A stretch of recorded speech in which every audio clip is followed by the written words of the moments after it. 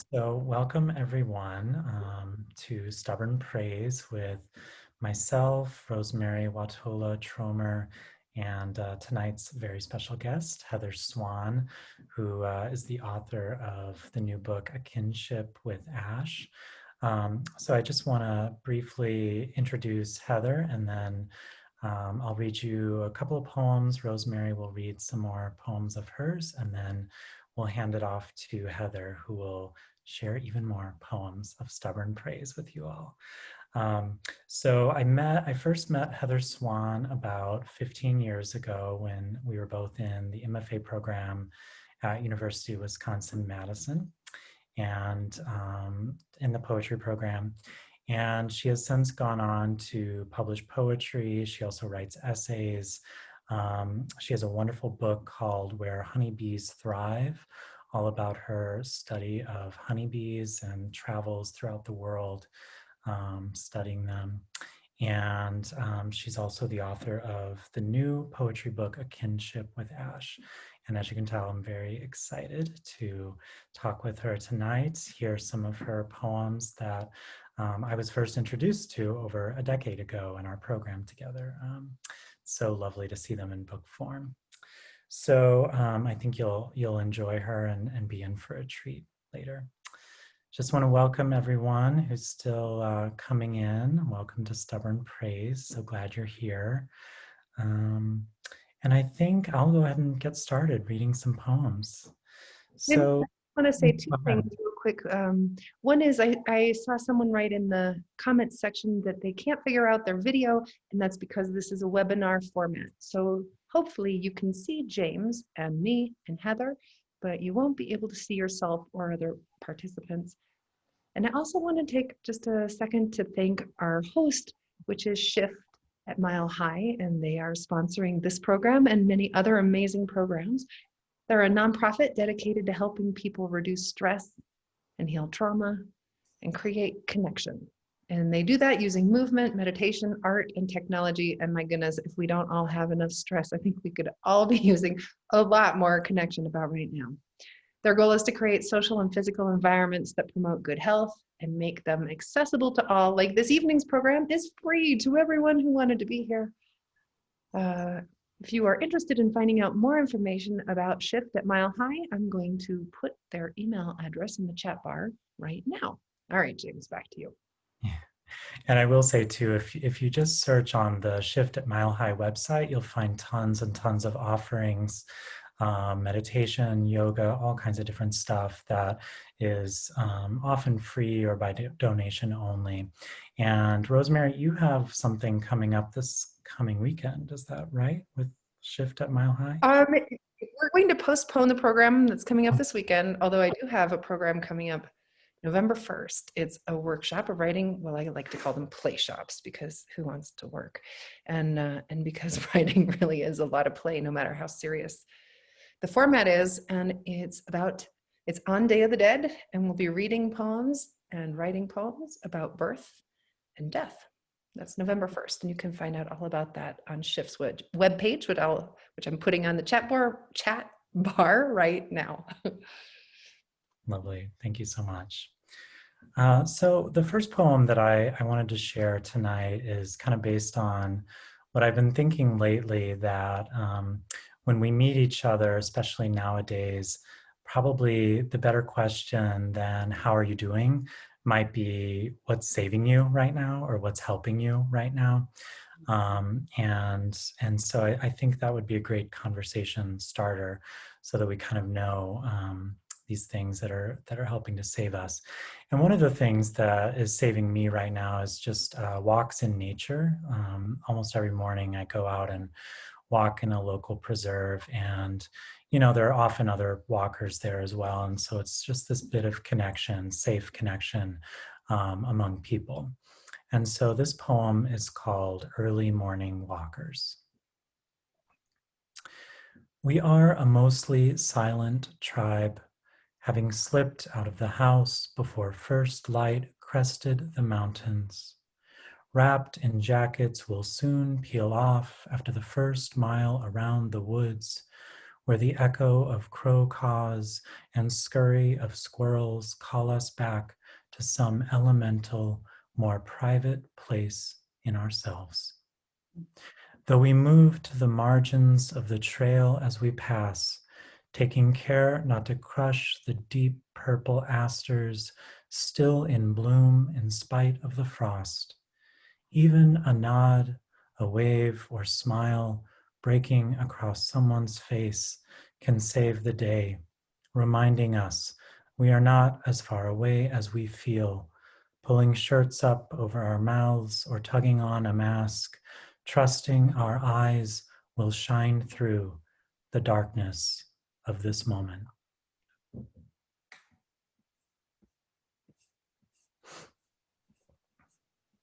I love that line, James, about trusting that this is what's going to pull us through. Thank you for that. Thank you. Well, I just think about how when we're masked now, we have to really trust our eyes to show our smile. And so it seems like we're actually looking more deeply into each other's eyes these days. I think that's a beautiful thing. And here's another one. So my husband and I recently lost a dear friend, and I started writing this with him in mind. His name is Phil. And I realized that I was writing about all of the people that I've lost, and how I still very much feel their presence. So I think of this as a poem of praise for the lost. And this is called Flame. Now that you're gone, I can't help but feel your light still burns somewhere here on earth, like a trick candle no wind or gust of breath can ever completely blow out. It flares up in me when I stand still, watching yellow leaves release from a maple, caressing my face as they fall away. Or when the deep thrill of a belly laugh ripples through me as it once did through you. Your flame may flicker, but will never be snuffed out by time, as long as I hold the image of your face close to my heart and hear your voice, even from so far away, reminding me again to go out, live my life. Oh, yeah.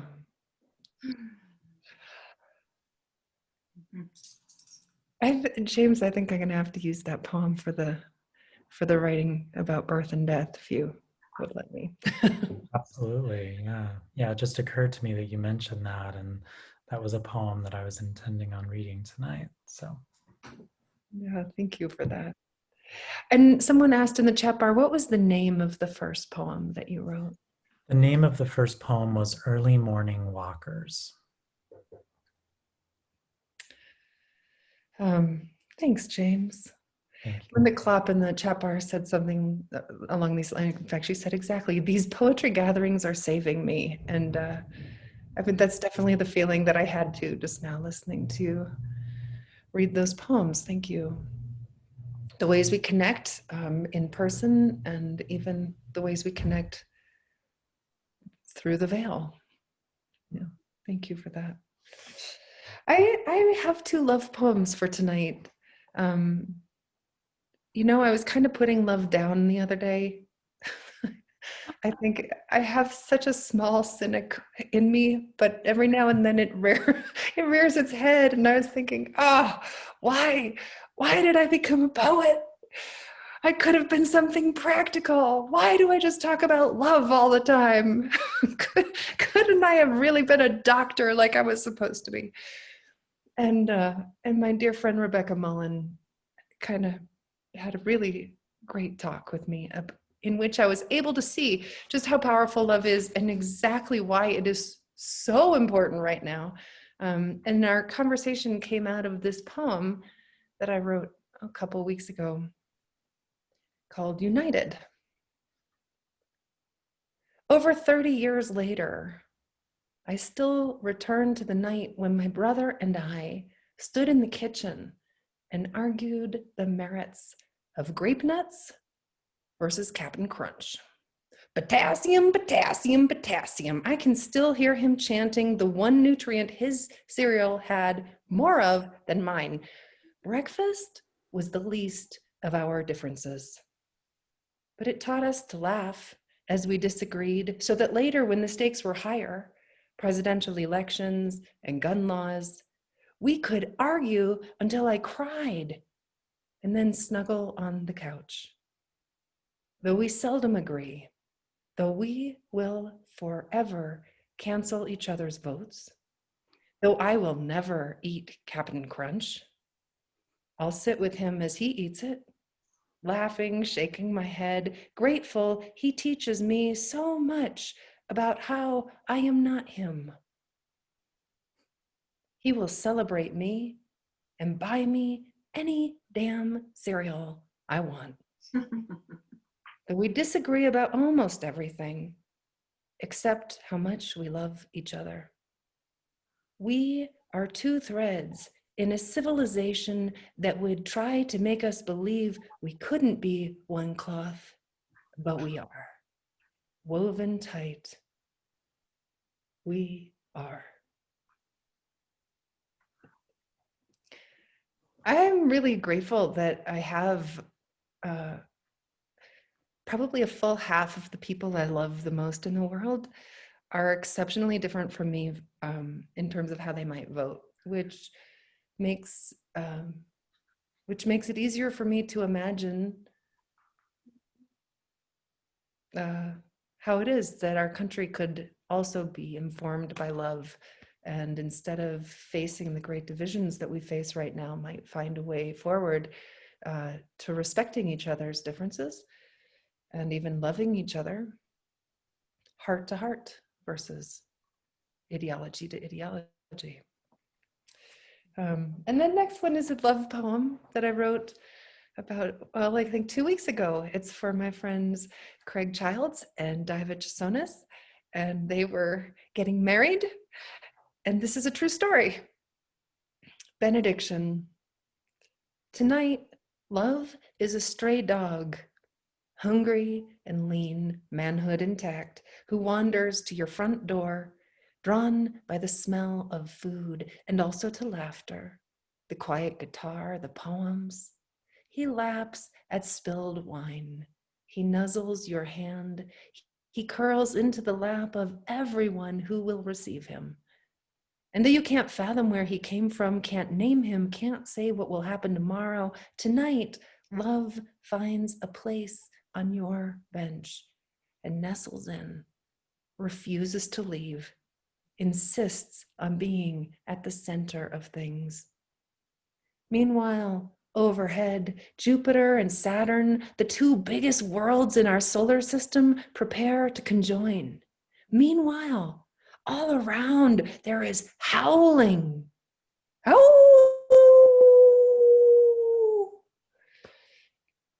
But love doesn't make any noise. No, he is content to listen to your voices, telling the story of how it all began. He is content to be here, content to let you turn another page, while at your feet he stretches, settles, makes your home his home.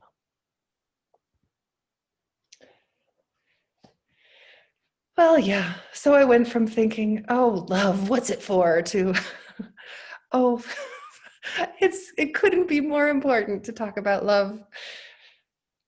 I think it is so important, and I think that you actually are a doctor, Rosemerry. It just didn't turn out the way you thought it was going to. I kept fainting about the blood, so, that was the problem. Virginia Douglas asks if they kept the dog, and they were leaving for their honeymoon. They were leaving to get married and go on their honeymoon for weeks. So they did take the dog to the pound. After taking good care, they took it to the vet and they got it all fixed up. He had a hurt leg, and they helped him out, and they took him to the pound, and they're just gonna see what happens when they come back from their honeymoon. We'll know what happened to the actual dog. It was part pit bull and something else, but oh, what a love dog. Well, I'm excited to have Heather here. And before I say something about Heather, I do want to let everyone know who was here last time. Our guest was Allison Luderman. She has a brand new book. Here it is, In the Time of Great Fires. It just came out last week, newly available. So go ahead and check that out. It's by Catamaran. If you wanted to buy it from the publisher themselves, go to Catamaran. I think it's catamaranliteraryreview.com. And Heather's book also came out last week. Here it is. Gorgeous, incredible book, The Kinship of Ash. Heather Swan. Hi, thank you so much for having me here tonight. I'm really so honored and grateful. And thank you to Shift and all of the amazing work that you're doing. And thank you to everyone that's here tonight. Thank you both for your beautiful poems too.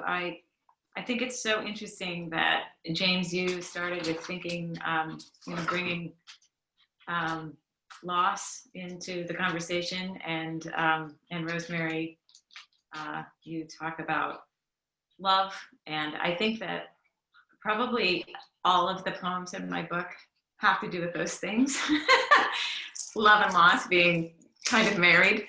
A lot of the book is sort of, I think, written as a love poem to the planet.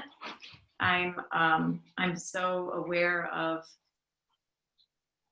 the damage that's being done to our ecosystem, our ecosystems all over the world. And I'm also, I believe very strongly that the way to reconnect, the way to save these species is to love them and to fall in love with wonder and the world around us every day. And so a lot of my poems actually, well, I have poems of witness that talk about those losses that, whether they're, landscapes or animals or humans, but then also they're also all about trying to heal from that and try to encourage this sort of to remember beauty and to remember that we have a choice every day, So I think I'll start with reading this poem called Directive, which is actually the very beginning of the book.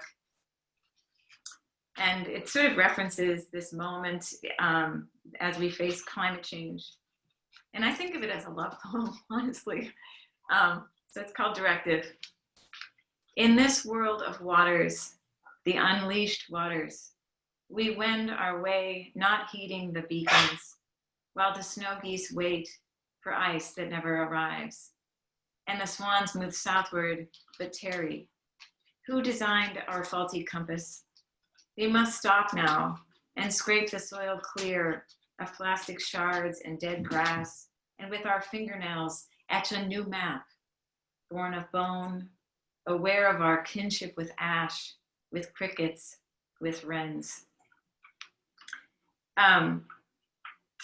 James mentioned that I wrote a book about honeybees, and that book it's about honeybees because I have been a beekeeper for a long time now, but my relationship with insects is probably slightly unusual, I think, for most people, in most people's eyes. But I feel like what happened was I grew to know honeybees, and then it opened me up to knowing so many other kinds of beings, non-human beings that are all around us all the time. And so I feel like I feel like I get a lot of my joy, a lot of my sustenance from being aware of those little creatures. And so I'm just going to read this poem, which is kind of about, this is actually falling in love with something much bigger than an insect, but it's about sort of falling in love with something that was a little bit scary, like a bee might be scary. But it's yaks. They're really big. And a lot of people are afraid of insects, and I'm not, but I am afraid of really big mammals. So this was really, this doesn't sound very courageous, but I'm just going to tell you that it was kind of a heart-thumping experience. But in any case, I'm in Nepal when I wrote this poem. And I'll say too that I was in Nepal, and I think that I was there looking for sort of, you know, something. After climbing through rhododendron forests, over dizzying gorges, on bridges made of rope, through villages where women made paper out of bark next to Himalayan ice melt, past tiny stone stupas and countless fluttering prayer flags to where the snow began and trees no longer grew. I came at last to a 2-room home. A family of Sherpas ushered me inside, handed me a bowl of boiled potatoes and a cup of hot butter tea, then invited me to stay the night. And after sitting in the glow of the fire, my body melting in the holy silence, the woman led me to an adjacent room where the family kept their yaks. A room not much larger than their 2 enormous bodies. And she shook out a mat on the floor near their heads, which were easily wider than my chest. Each of their ears was adorned with a pom-pom made of yarn, the red of Valentine's. The woman and I bowed goodnight to each other, and I was left alone with the yaks. We measured each other with our eyes.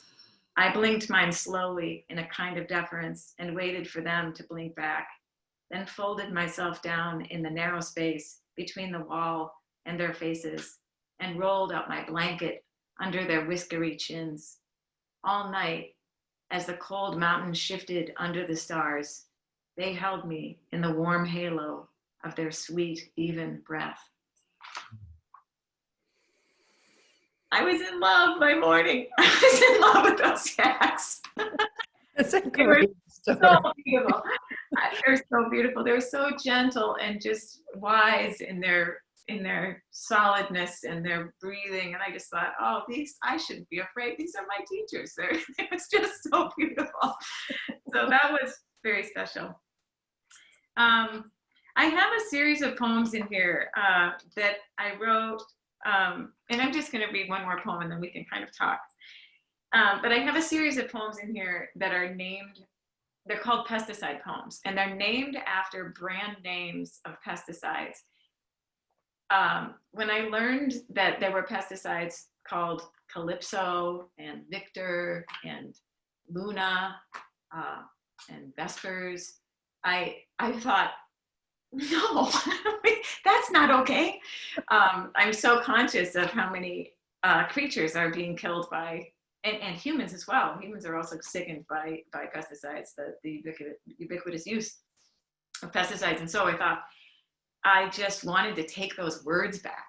And so I have a series of poems that are named after a brand name of pesticide, but the poems are obviously taking those words back. So here's one of them. It's called Pesticide 5, Vespers. By the lake's edge at dusk, a raft of lavender ice is being consumed by the warming blue. Seagulls reel and vie for what is vanishing months too soon. Red-winged blackbirds clamor for the foreground as a train whistle spools through the town. The boxcars heaped with coal. The factory hums on, its wires reliably pulsing so we can endlessly use our phones.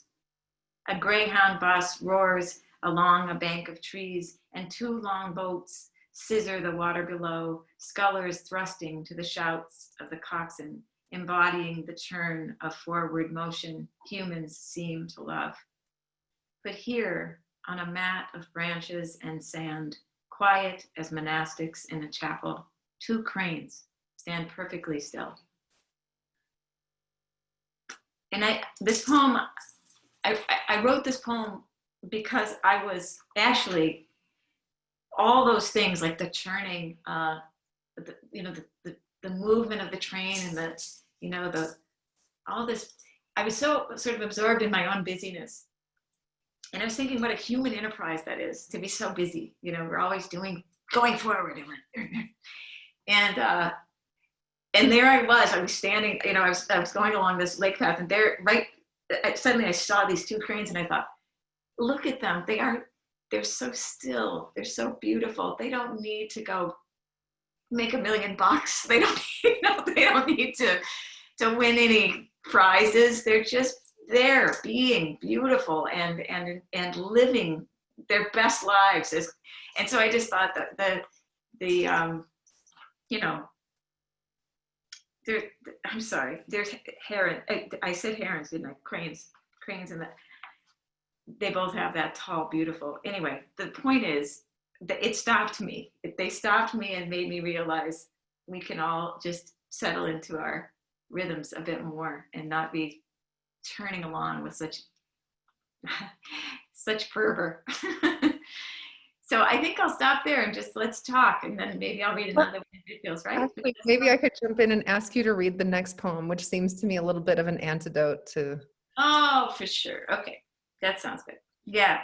So this poem is about how we can go forward after thinking about all the devastation. And for me, this poem, I want to say that writing this poem felt like, this is funny, but for anybody that's a poet, maybe they'll know this, but sometimes you work really hard to get a poem. There are other poems that almost feel like they're coming in, you know, like it's like you are given a poem. And this poem I felt was really one that I received. So there's that. After. There among the silences, find the ghost tree, the split black branches making fissures in the clearing. Watch as the fog dresses and undresses the wounds, the separation of bark so raw underneath. The birds can find no purchase. Scavenge the esker, make a circle of stones, kneel down, wreathed in feather and bracken. Prepare to knit yourself back into the world. That's so beautiful, Heather. Thank you.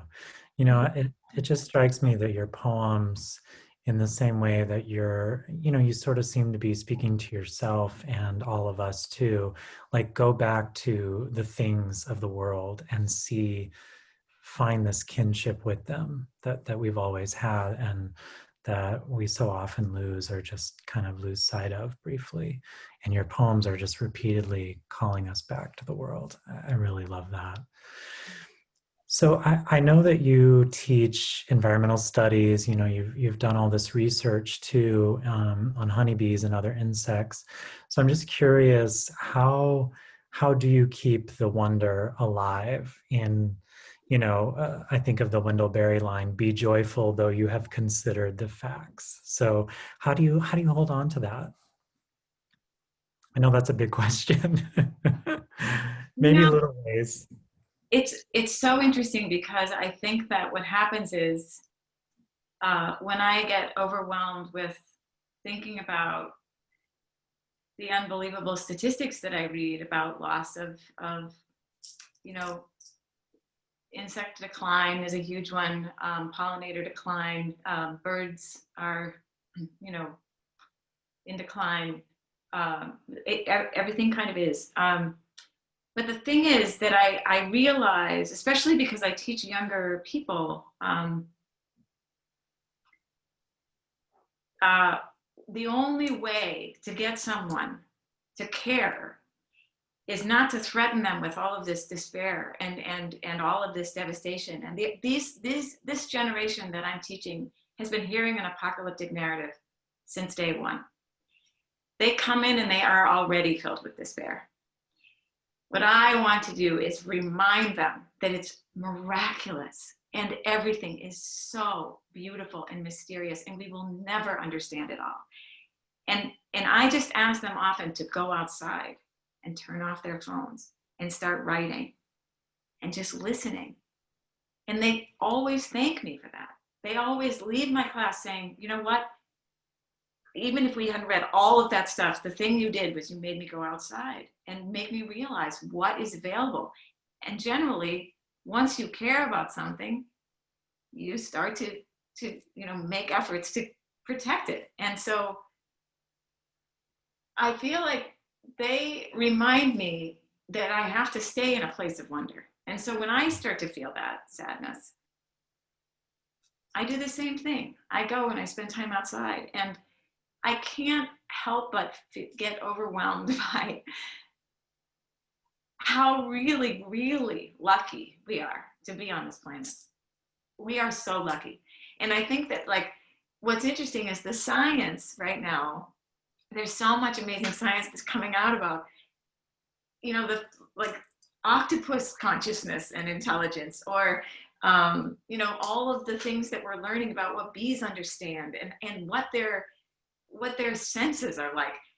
They're beyond anything we could possibly imagine, because we're in these human bodies. But to just even begin to wonder about that, that fills me with just this this sense that I will do everything I can to protect that world. And it inspires me so much every time every time there's any sort of connection that I feel, which, because I get very quiet when I'm outside, I have this really wonderful chance to just, see insects start to do their thing. And this summer I had this amazing experience with a barred owl that got very comfortable with me and started coming to visit me every night, and would land like near my feet. And I just felt so grateful. And I thought, I need to be a better human. I need to be a better human. But I feel so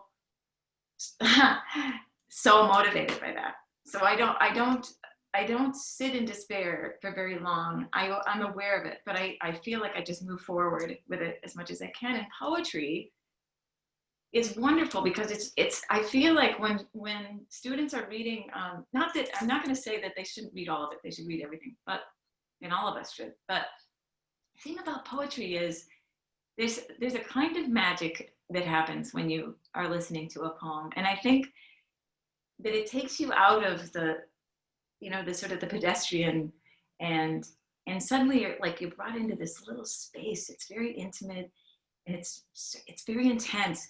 And I feel like I also go to poetry. I go to you, the poetry of the two of you, for example, and W.S. Merwin and Jane Hirschfeld, so many amazing poets. Ross Gay, there are just so many people that are writing this stuff that makes me feel like, oh, okay, yeah, we can get through this. So that was a long answer, but that's kind of how I have managed to stay alive. It contains one of my favorite descriptions of poetry ever, though, Heather, that it's an intense, intimate space. That's a gorgeous definition of what a poem is. We're lucky that we can go there. Yeah, and I think you're right too, at least for me, that it's about the connection. And I think, we aren't going to be motivated to save something that we don't love. And in order to love it, we have to have time and space to connect to it. So I think inviting young people to go outside first, and then second, maybe just disconnect for a little while and see what that feels like. And, see what a more kind of, I don't know, something happens when your phone is not with you, or when your phone is turned off and you're outside. It's like your mind is sort of realigning with everything around it. It's like you're remembering that you too are natural, that there's not that separation that we kind of falsely construct. Yeah. I was leading a poetry meditation retreat last weekend, and I asked the people in it, who were mostly, in their 50s, probably 60s, to think about a time, when they were 10, what was their favorite way to play? And there were, almost 30 people in that. Every single one of them, I said, think about when you were 10, what was your favorite way to play? And every one of them mentioned something outside, which both thrilled me and made me deeply despondent in a way, because I thought, wow, I don't know many 10-year-olds right now. If you ask them, at least in this moment, what's your favorite way to play? They would say outside, something being outside, if it's on a swing or in a tree or in the lake, or, there were so many variations on where people were and what they were doing. I was in a junkyard outside, but, I think what are we missing right now? What is the generation right now missing? And maybe I'm wrong. Maybe it'll be profound to them enough, that when they're in their 50s and someone says, what was your favorite way to play when you were 10, they'll have a memory of rolling in the grass or raking leaves or something that makes them think, oh, that was it, even if it's a very small amount of time. I'm not sure, but I can't help but wonder about that, about what's happening with younger and younger than you're meeting, Heather, but younger people. Are they falling in love with the world? Are they falling in love with the world right now? Boy, I think if you give them a chance, they do. One of the strange sort of side effects of this pandemic has been that because we can't spend time together inside, I feel like a lot of people are going outside. Weather permitting, and that's been kind of incredible to see people. So many people, families, people of all ages, really, single people, people in groups, masked up, but I feel like there has been this sort of interesting shift, and I don't know if that will, last once things sort of return to whatever normal we return to. But I feel like there's what I would say that's really that's what I sort of try to remind people when they go outside is that we're engaging all of the senses. And like when we're on the computer, we're limited. But then there's so much tactile stuff. There's so much, there's so much going on, and the smells are amazing, and sometimes it's yucky because it's like, the smell of an old tire, or, if you're in that kind of a space, and sometimes it's, maybe it's the muck, the mud or whatever, but it's also, it's a very rich experience. It's a really great way to be alive. And I think that once someone gets a sample of that, this is my fantasy. Don't want to do it again. My mother jokes and she says to me, you just use the honeybee because it's a great gateway bug. And then she says, if you get somebody interested in honeybees, then they'll suddenly be interested in all these other things. But it's kind of true. Does anybody ever fall in love with cockroaches? So I've read a couple of really great cockroach poems. I haven't written one, but they're out. Lucille Clifton's cockroach poem is one of my favorite poems of all time. James, how about you? I'm just thinking about you and your relationship with poetry right now. And as you're, things are a little difficult. I mean, let's be honest. And what do you notice about your relationship to poetry at this time? Yeah, I think it's kind of related to what Heather was just talking about too, because I teach part-time at SUNY Albany, so I'm in the odd position of going from very rural Vermont to, teaching students now from a distance who live in Albany or who are from the city or places around New York City, and it's been interesting. I mean, just listening to them talk about being more connected to nature, taking more walks, hearing the birds, just paying attention to the seasons change. That they wouldn't have really noticed before. And I think what, I don't take all the credit for that, but I think what helps is actually sharing poems with them that, really have a reverence for the world, not just the natural world, but the whole world, all of it. And I think just inviting them to maybe create some of those moments of deeper presence when they're out in the world, because I think, even if you don't have a lot of experience out in nature or, connecting with other people, the moments that you do have where you do feel that deeper connection are going to stand out to you. And so I think that poetry is the ideal container for that. And so that's been kind of my practice for a while, but I think it's been more important now than ever, just like the poem I read earlier about walking in the morning. And I still remember the smile of that older woman, and it just meant so much to me that day when I was struggling and feeling sort of down, and just seeing that my smile made her smile and she made me smile because she was passing by. It's just like, it's miraculous. And before the pandemic, would not have noticed that, would not have valued that as much.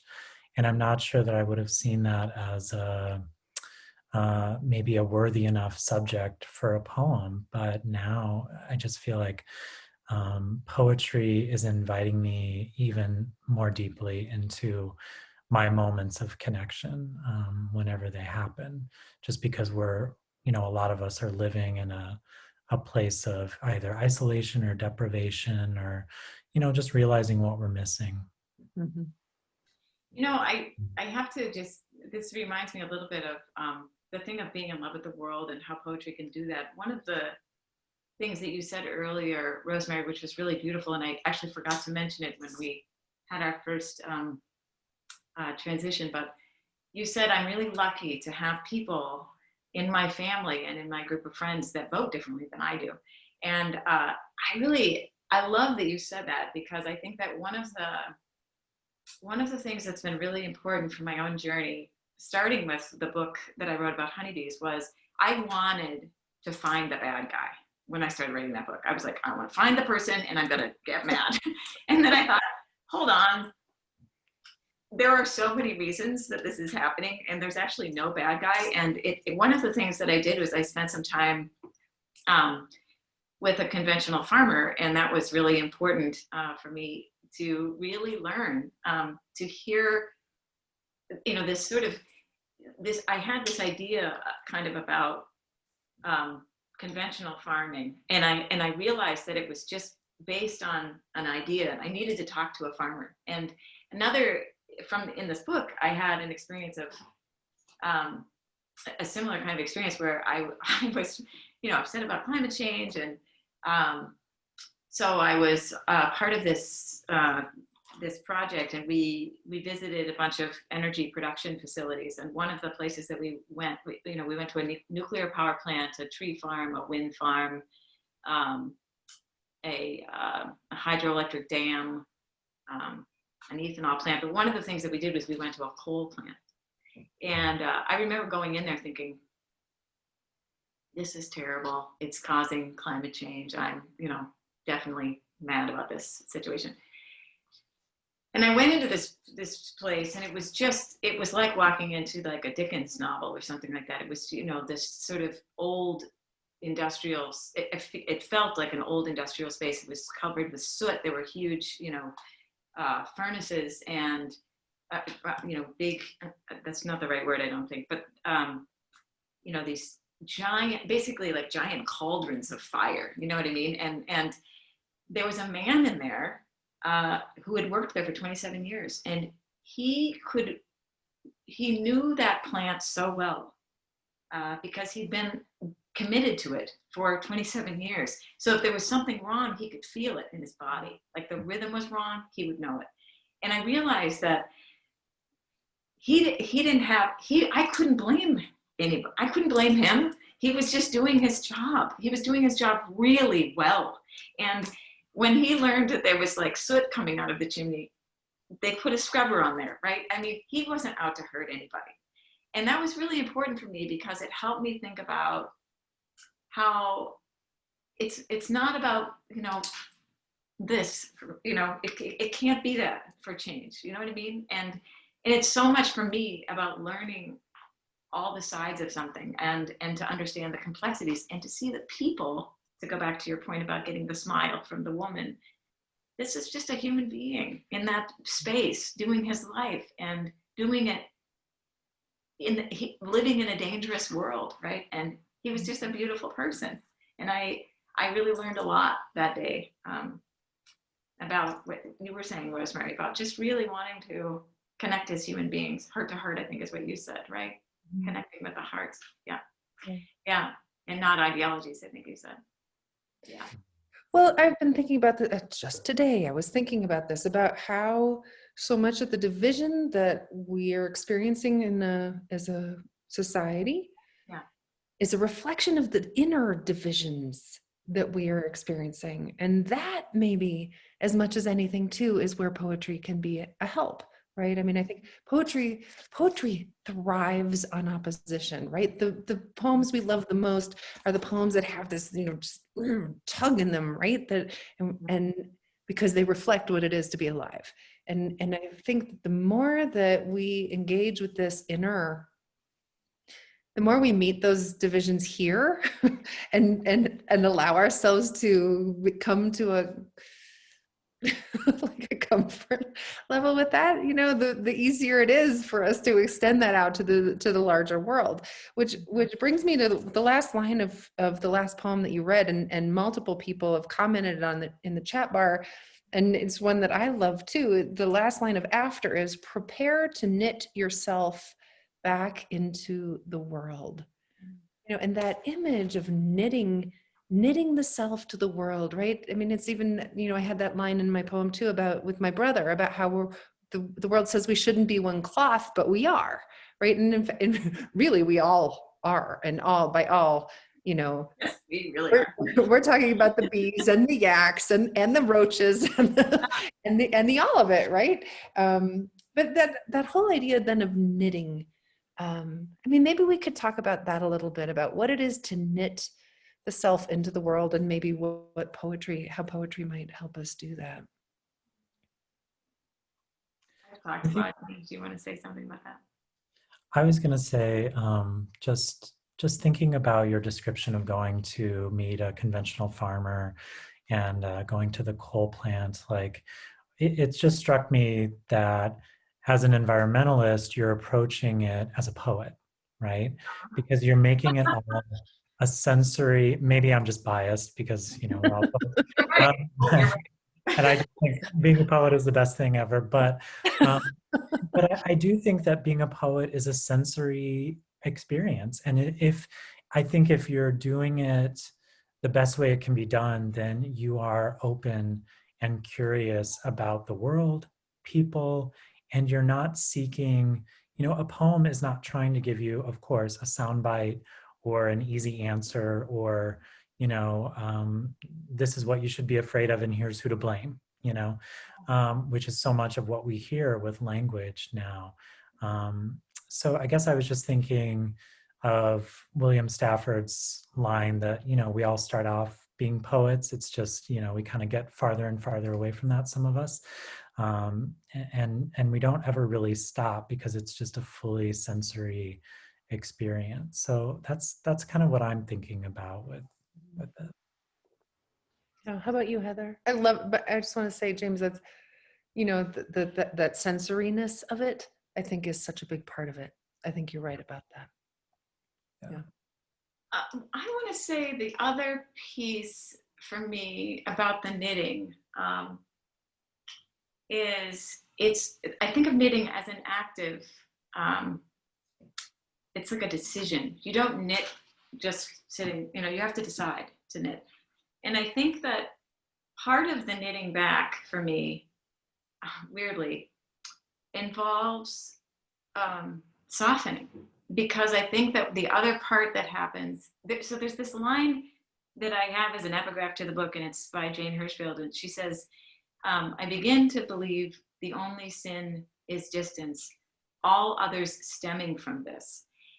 And what I understood about that line was that when we separate ourselves, it's easier to stop caring about something.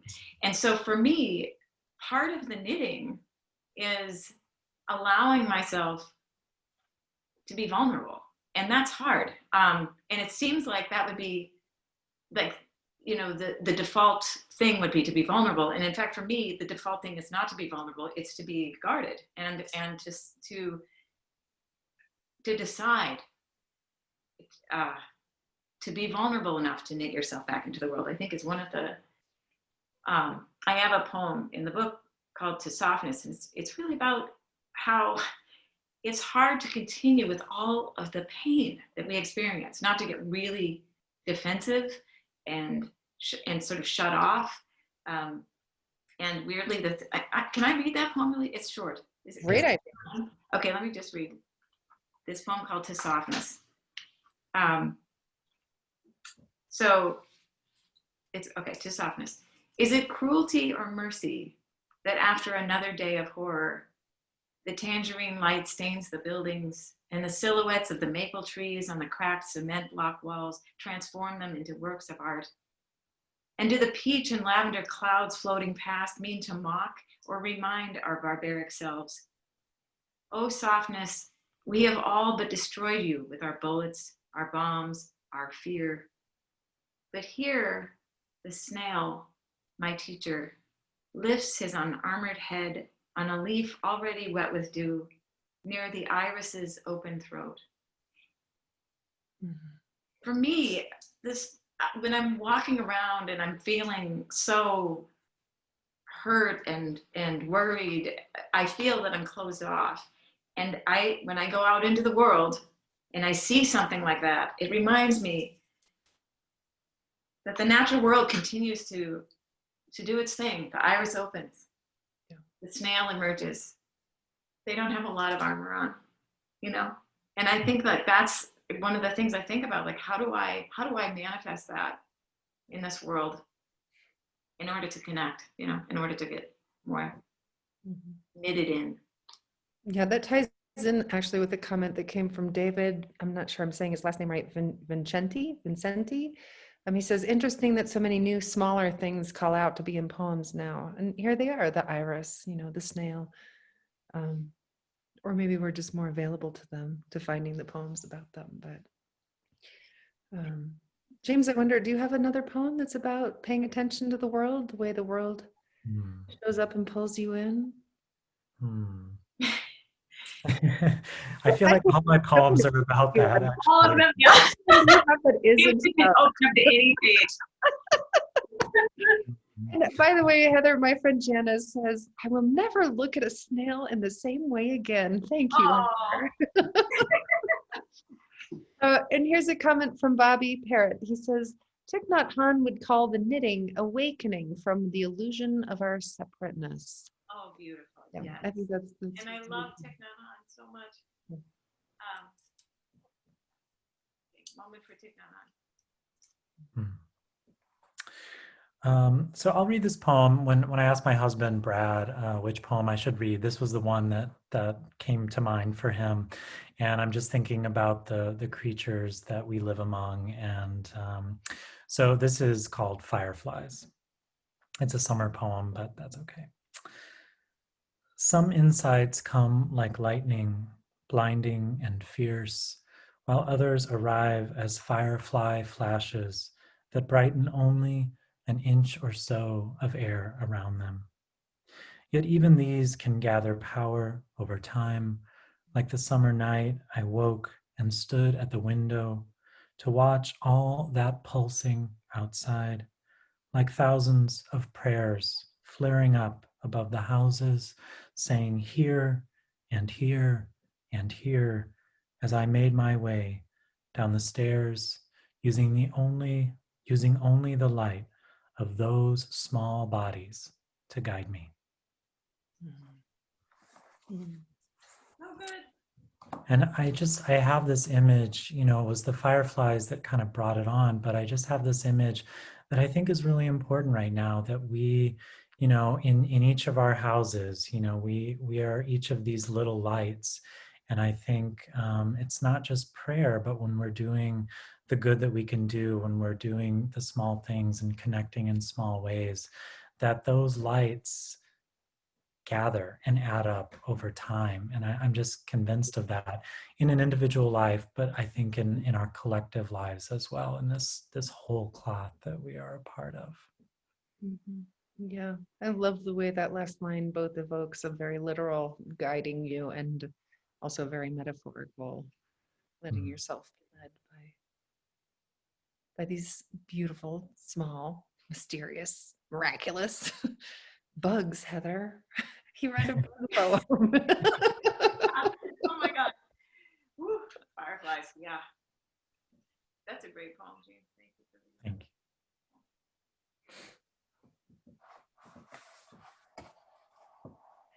you. Well, I had a poem I wanted to share about trees and about this time of year.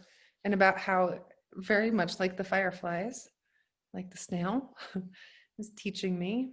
And I actually read it, I think almost exactly a year ago, called Invitation. When my shoulders feel too slight to carry injustice, and my arms reach too short to hold the world, and my bones are too weak to carry even a single aching heart, I walk amongst the aspen and the spruce and notice how the light shines through the changing leaves. Such radiance, such golden shine. And slowly, the rational part of me that believes in doom is forced to fade. It's not so simple, of course, as walking out into the forest, but there is something there that grows the soul and breeds a sense of possibility and tells the aching heart to rise up and do the work that must be done. Rise up and carry with it the light. That's what you're doing with your students, right, Heather? And that's what you're doing with your students, James, right? Is As are saying, you. go out and see what's out there. That's And such then a good bring what you poem. find back with you. Such a good poem. Whew. So good. I love that line about growing the soul too, you know, that there's this inner growth that is really hard to talk about or, you know, kind of rationalize, but you can feel it, right? Mhm. Yeah, Yeah. the idea of the rational mind believing in doom too. Mhm. Why should it? I remember really puzzling over that. I was like, is it the rational mind that believes in doom, or the irrational mind that believes in doom, or both the ear? Is it just the mind that believes in doom? Right? But then the sensory being goes into the world and finds more. Let's two things. Just checking in the chat bar that the title of that poem was Invitation. It's probably one of 15 poems I have called Invitation. And Heather, someone noted that your volume is low. Although, so if there's a way to sneak back closer to your computer, perhaps. And we have just a few more minutes, maybe just 2 or 3 more minutes. James, actually, do you want to say something about who's coming next time? I do, yeah. So next time we will have Laura Foley with us. She's a Vermont poet and a really lovely person, just writes very, you know, speaking of mindfulness and presence, her poems are just so mindful, prayerful, and present. I think we'll be in for another treat. And that will be December 14th, Monday, December 14th. Mhm. I'm really excited about hearing Laura Mhm. in person. I've read her poems and pages for many, many, many years. So that's exciting. Yeah. Is there anything else you want to say before we say goodnight? Me, I am just really grateful to all of you. And I'm so lucky to be in the world at the same time you guys are in the world. I'm so grateful for your poetry. Thanks for letting me be here. And thank you to I wish I had figured out how to watch the chat, but I'm glad to everyone that was here. And thank you for being here and have a lovely evening. And Heather, we thank you. I want to close with a line from your poem on breaking, which was another one of my favorites. I have many favorites, so I didn't have time to ask you to read them all. But the very last line is, "There is no compass but love." I just want to carry that with us. Thanks, James. Thanks, Heather. Thanks, everyone, for participating. Thanks to Shift for hosting us. We'll hope to see you in 2 months. And Heather, if people wanted to buy your book, what's the best way for them to do that? Let's see. So they could, there's a link to it on Amazon, but if you don't like to buy from Amazon, you can order it from your independent bookstore. But it's called A Kinship with Ash, and it's published by Terrapin Books. I hope that you enjoy it if you do choose to get one. Thank you. Thank you, everyone. Thank you.